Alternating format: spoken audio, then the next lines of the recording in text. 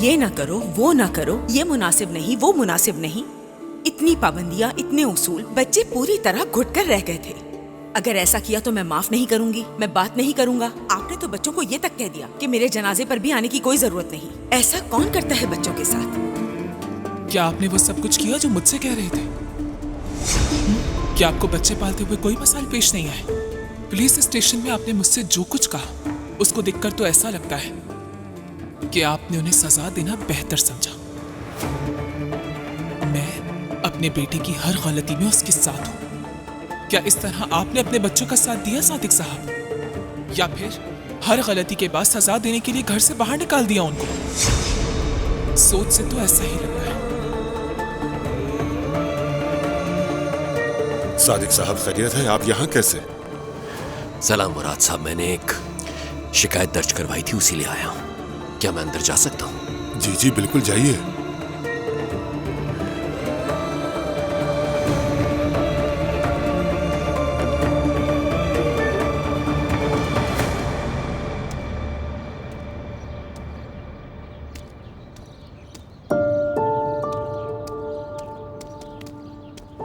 मैं समझता था कि तुम एक ईमानदार आदमी हो, लेकिन मैं गलत निकला। इन सब बातों का क्या मतलब? तुम जानते हो कि मैं क्या कह रहा हूँ। तुम एक शादीशुदा मर्द हो। तुम्हारी हिम्मत कैसे हुई उरूज के पास आने की? अपनी बीवी को उरूज का डॉक्टर बना दिया। अरे जरा चुप हो जाएं आप। अगर ये बातें उरूज ने सुन ली तो आप हकीकत जाने बगैर ये सब बातें नहीं कर सकते। हकीकत बहुत वाज़ेह है सरदार, मजबूर मत करो मुझे। ये ना हो कि मैं सब कुछ बता दूं।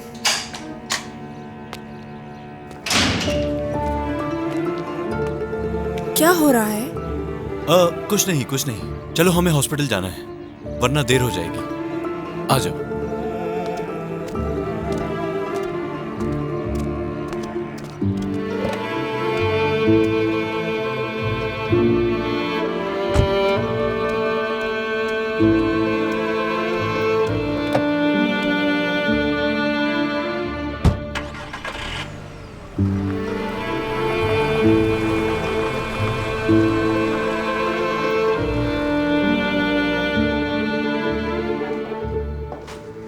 रोशन साहिबा, आपकी कोई मेहमान आई है।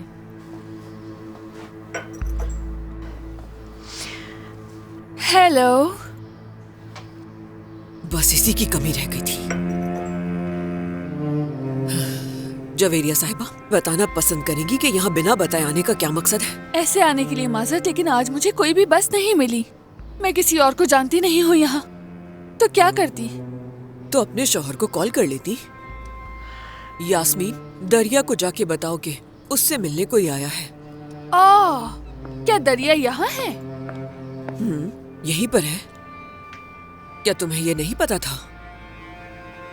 मैं बहुत थक गई हूँ, यहाँ बैठ जाती हूँ।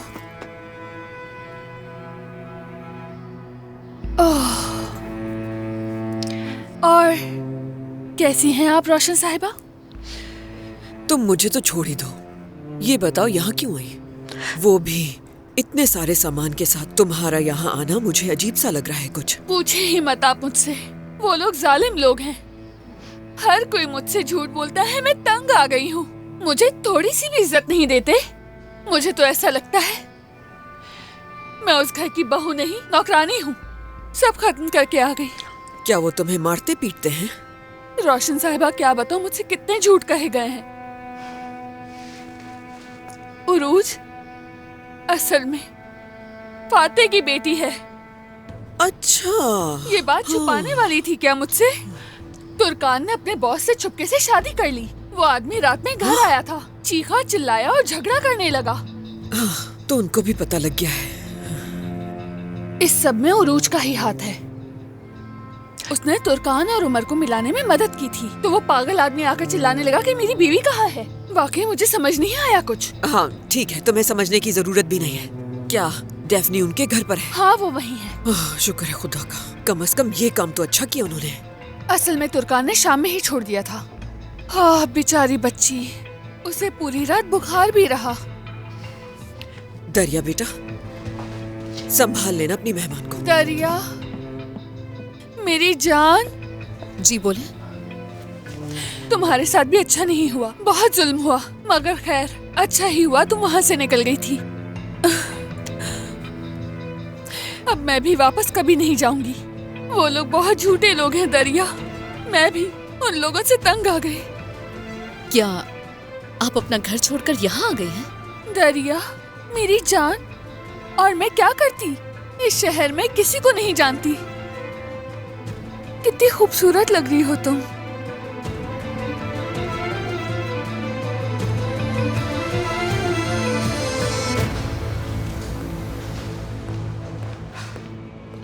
कारताल साहब, आपने इनके साथ ऐसा क्यों किया? ऑफिसर, ये मुझसे गलती हो गई। मैं इसको पहचान नहीं पाया। ये झूठ बोल रहा है। इसकी बीवी तुर्कान उमर कोरमान की साबका बीवी है। ये समझता है कि उमर ने अगवा किया है उसकी बीवी को। क्या ये सच है? सच है। तो फिर आप उमर कोरमान के खिलाफ शिकायत दर्ज क्यों नहीं करवाते? क्योंकि ये खुद ही उससे निमट लेगा। इसे लॉकअप करें ऑफिसर, क्योंकि उमर और तुर्कान की जान को इससे खतरा है। मैं इसकी शिकायत दर्ज कर रहा हूँ। ये ठीक कह रहा है ऑफिसर। मैं खुद ही इस मामले को निपटाऊंगा। आप ऐसा नहीं कर सकते कारताल साहब, क्योंकि कानून भी कोई चीज है। जी हाँ, बिल्कुल, आप ठीक कहते हैं। मैं एक कारोबारी शख्सियत हूँ और मैं बिल्कुल नहीं चाहता मेरी बीवी का नाम इस तरह के स्कैंडल्स में आए। अगर ये कंप्लेन करता है तो मैं अपने लॉयर से बात करूंगा और फिर जो जरूरी होगा वो होगा। मैं जानता हूँ ऑफिसर, साजिश में ये भी शामिल है और अपने दोस्त को बचा रहा है। और अगर ये मेरे खिलाफ मुकदमा करता है तो मैं भी अपने लॉयर से बात करूंगा। फिर देखते हैं क्या होता है। कैसा बना है? पसंद आया तुम्हें? बहुत अच्छा है, पसंद आया मुझे। मिस कर रही थी।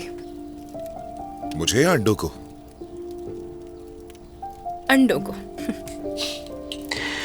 मैं ये डेफनी के लिए बनाऊंगा जब हम साथ में रहा करेंगे। और डेफनी पहले खाना पसंद करेगी और फिर मुझे भी पसंद कर लेगी। डेफनी को ऑमलेट पसंद नहीं है, मैं उसे अंडे नहीं खिला पाती। ये कैसे मुमकिन हो सकता है? तुम तो ये अच्छी तरह जानती हो ना कि अंडों में कितनी प्रोटीन होती है, तो ये तो जरूरी होता है। और तुम्हें भी तो पहले अंडों की आदत नहीं थी, लेकिन अब शौक से खाती ही हो ना, तो उसे भी तुम्हारी तरह आदत हो जाएगी। और अगर शर्त रखूंगा तो खुद ही हार जाऊंगा। फिर तुम माँ बेटी मिलकर मेरा मजाक बनाना। वो परेशान हो रही होगी मेरे लिए। कौन? डेफनी की बात कर रही हूँ, और किसकी? वो महफूज जगह पर है, फिक्र मत करो। अपनी बेटी को महफूज बनाए बगैर कुछ नहीं किया मैंने।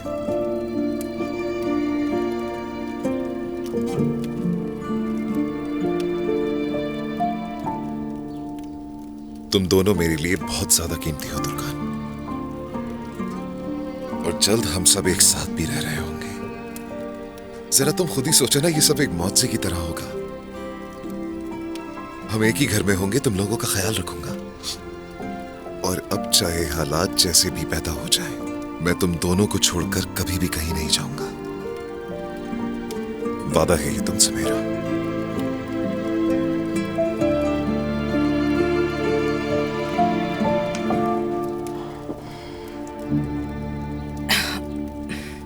क्या हम शाम से पहले वापस जा सकते हैं?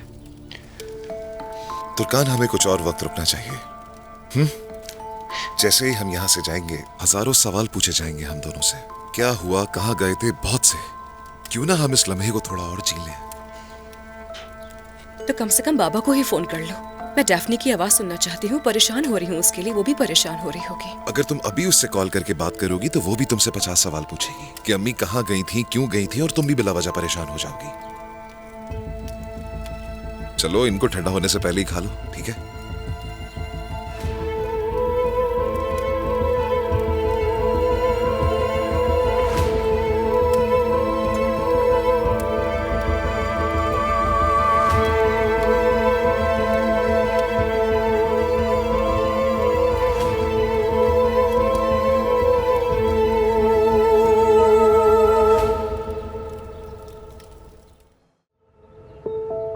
उमर ने यह बहुत बड़ी गलती की है। मैंने उससे कहा भी फौरी तौर पर तुर्कान को लेकर यहाँ आ जाए, लेकिन एक न सुने। सादिक साहब, इस तरह से उमर पे सारा इल्जाम डालने की कोशिश कर रहे हैं आप। मामलात के यहाँ तक पहुँचने की असल वजह तुर्कान है। रोशन, चुप हो जाओ। रोशन साहिबा, तुर्कान ने चाहे कुछ भी किया हो, मगर अब वो किसी और की बीवी है। उमर की हिम्मत कैसे हुई कि उसे अगवा करके अपने साथ ले जाए? क्या आपने कभी सोचा है कि जब ये बात बाहर निकलेगी तो हमारी इज्जत पर कितनी उंगलियां उठाई जाएंगी, लोग कितनी बातें करेंगे? असल में उंगलियां तो तुर्कान पर उठेंगी। आखिर उसने अपने साबका शौहर के दोस्त से शादी जो कर ली, कोई और नहीं मिला था उसे क्या? क्या लगता है तुर्कान की इस हरकत पे उंगलियां नहीं उठाई जाएंगी?